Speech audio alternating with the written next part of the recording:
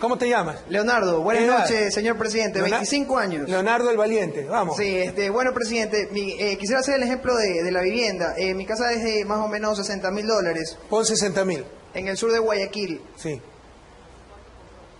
Sí, en adecuaciones más o menos unos $3.000. $3.000, ya.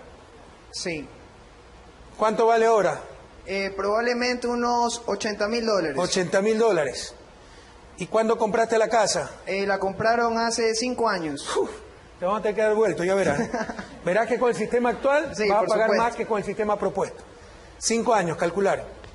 Ahí está. Con el sistema actual pagaría 1.275 de plusvalía. Con nuestro sistema paga cero. Esa es la realidad. Y me están engañando a todos, compañeros. Para que vean cómo nos mienten.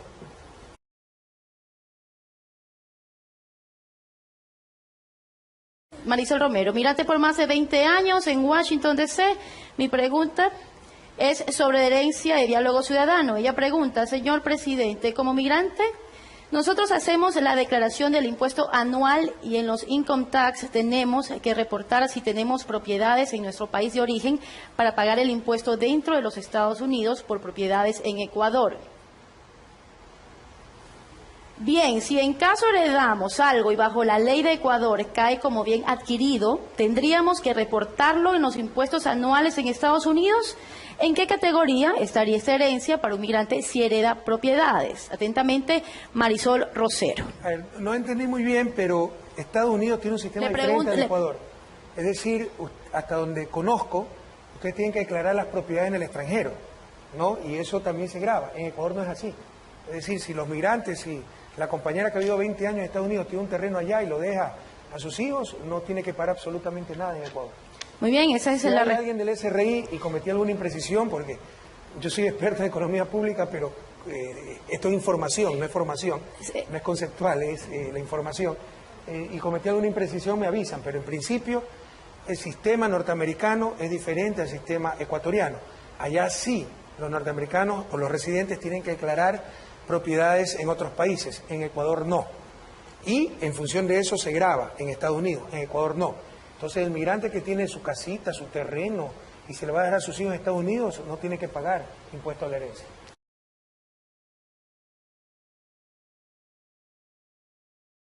Y hay una serie de mitos, y la gente vive de mitos algunas veces. Por ejemplo, los impuestos a la clase media. Se olvidaron, por ejemplo, que fue este gobierno el que creó la deducción en el impuesto a la renta. ¿Cuánto ganará un hogar de clase media? $1.000, $1.500 mensuales, es decir, 12.000, $18.000 anuales. Usted empieza a pagar tan solo de 12.000, una base exenta de 10.000, verifíqueme de cuánto se empieza a pagar el impuesto a la renta. Pero antes, así, pongamos el ingreso mensual, usted sea soltero, ganaba $1.500 solito, pagaba el mismo impuesto que el padre de familia con 6 hijos y la suegra enferma a su cargo. Ahora todo eso es deducible, alimentación, educación, arriendo, vestimenta, etcétera. Y nos dicen que atentamos contra la clase media. Perdóneme, usted lo sabe, usted trabaja en Semplae.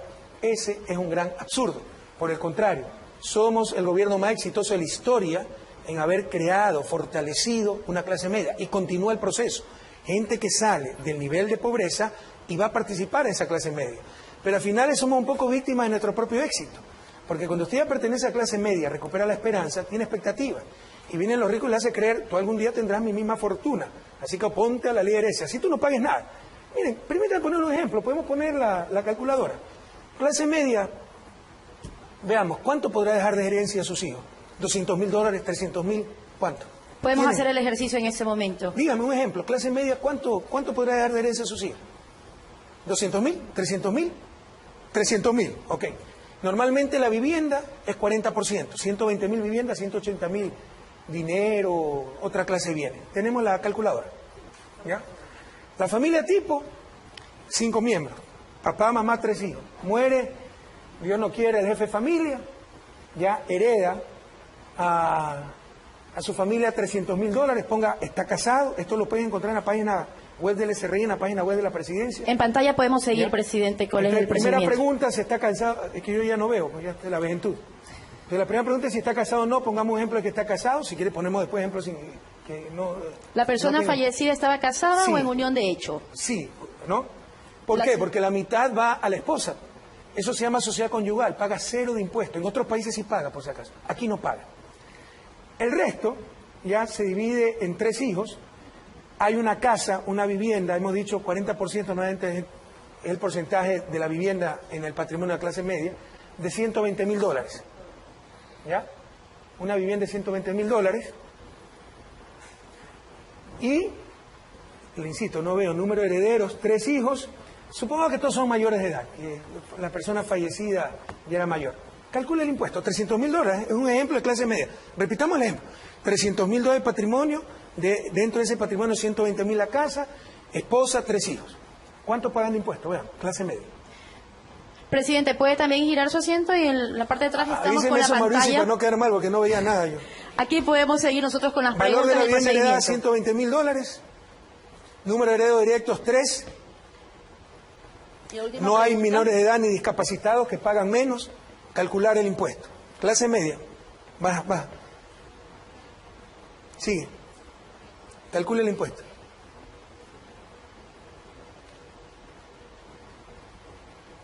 Ese es el impuesto causado. 0 para la clase media. Le insisto, nuevamente, el que me demuestre que esa ley es contra los pobres de la clase media, la retiro inmediatamente de forma definitiva. Pero nos están mintiendo, a no dejarse engañar, compatriotas.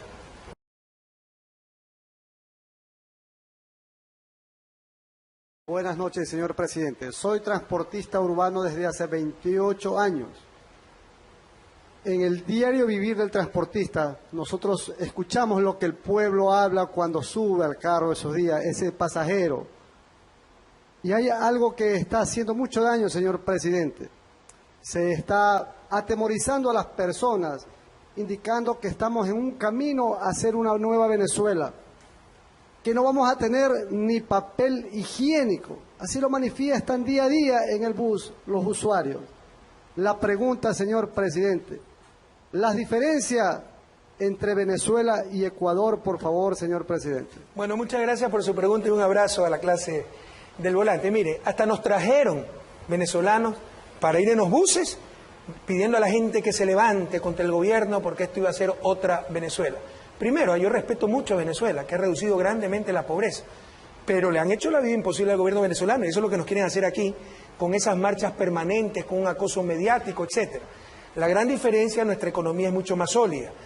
Y cuidado, no es que somos más astutos, etcétera. Siempre la economía de Venezuela ha sido más frágil. Sepan ustedes, es fácil olvidar las cosas, es fácil ser manipulado. Ustedes sí saben que durante 70 años Venezuela fue la Arabia Saudita del planeta. Fue el primer exportador de petróleo del mundo.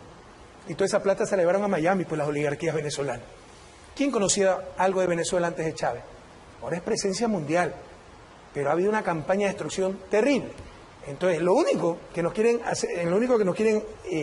asimilar a Venezuela, es en esta movilización constante, que temo que va a ser hasta el 2017, es la estrategia, la movilización constante para desgastar al gobierno nacional. Gracias a Dios, nosotros gozamos de una economía muy sólida, gracias a Dios gozamos de un apoyo popular inmenso.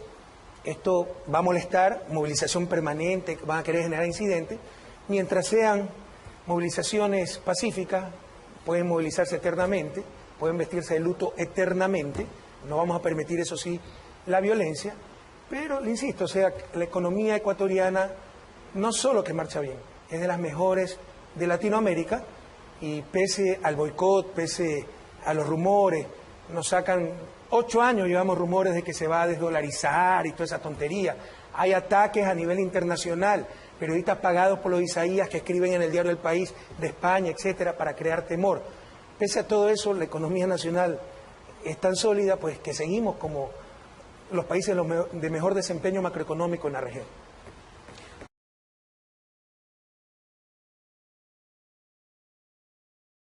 Pero en todo caso, miren, si quieren una acotación, en un capitalismo moderno, la ley de herencia no tendría que afectar a la empresa. ¿Qué afecta a la empresa? Algo que vaya a aumentar los costos de producción, quitarle mercado, etcétera. ¿En qué influye un impuesto a la herencia cuando el propietario, el accionista de una empresa fallece en cuanto a eso, costos de producción de la empresa? Porque en un capitalismo moderno, la propiedad está separada de la administración. Usted tiene IBM, decenas de miles de accionistas que ni conocen seguramente la planta, no conocen ni cómo se llama el gerente. Entonces el gerente ni sabe si un accionista, así sea un accionista importante, está heredando o no a sus hijos las acciones, sino que le está pensando en maximizar el nivel de utilidad de la empresa. Y en consecuencia está tomando las decisiones de inversión, de acumulación, de ventas, etcétera. ¿Cuál es el problema en Ecuador? Que no existe pues ese capitalismo moderno. Existe un capitalismo familiar, patrimonial, donde menos del 2% de las familias tienen el 90%, y estoy hablando de las grandes empresas, porque nuestro afán es democratizar la riqueza, no solo distribuir ingresos, democratizar la riqueza, los medios de producción, y eso se puede hacer de dos formas básicamente. Que las grandes empresas pertenezcan a muchísimas familias, como en Estados Unidos. 55% de los adultos tienen acciones en empresas, antes del 65%, esto se ha reducido, precisamente entre otras cosas porque Estados Unidos redujo el impuesto a la herencia, ahora es del 40%, antes llegaba al 80%, y eso aumentó la desigualdad. Pero aún así, más de la mitad de los adultos tienen acciones en las empresas. ¿Qué produce eso?